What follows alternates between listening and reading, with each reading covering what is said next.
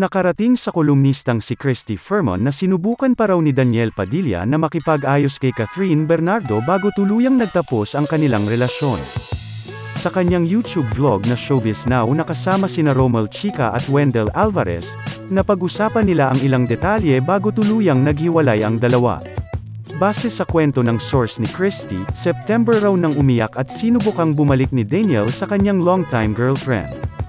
Panimula ni Christy, meron akong source na nagkwento sa akin kung paano at bakit nagsabi na si Catherine sa kanyang mga magulang tungkol sa kanila ni Daniel. Aniya, tama raw ang kanilang timeline at August pa lang nang mapansing mas nagiging komportable si Catherine sa pagsusuot ng damit na medyo kita na ang kanyang skin. September, si Daniel Padilla pabalik-balik daw na umiiyak at bumabalik kay Catherine pero matigas na ang puso ni Catherine Bernardo dahil ang dami-dami ng nakakarating sa kanyang mga kwento.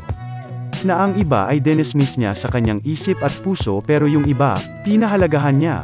Pagpapatuloy ni Christy, ilang beses nga raw na pabalik-balik si DJ kay Catherine upang suyuin at pakiusapan nito ngunit wala na raw talaga.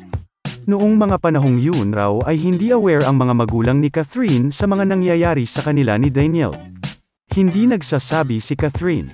Napansin na lang daw ni Tita Min at saka ng father niya na hindi halos makakain. Laging malungkot tapos nakita ng mommy na umiiyak. Nakarelate yung ina, may problema. Hindi nagsasabi si Catherine. Napansin na lang daw ni Tita Min at saka ng father niya na hindi halos makakain. Laging malungkot tapos nakita ng mommy na umiiyak. Nakarelate yung ina, may problema. At tuluyan nang naiyak ang dalaga sa kanyang ina at ikinwento kung ano ang tunay na problema sa pagitan nila ng aktor. Ang daming nakakarating kasi kay Catherine tungkol kay Andrea Brillantes. Yung paglipat kasi ng kondo ni Daniel, matagal na yun pero ang kwento nga, doon daw nagpupunta si Blythe, parang ganoon ang nangyayari noon, say pa ni Christy. Nabanggit pa nga nila ang sinabi ng ex-boyfriend ni Andrea na si Richie Rivero kay Bea Bores matapos nitong mag-react sa kanyang pag-amin sa tunay na relasyon nila ni Lauren May Bautista. Kaya nakakalungkot na kinakailangan pang mag-suffer talaga ng mahabang panahon.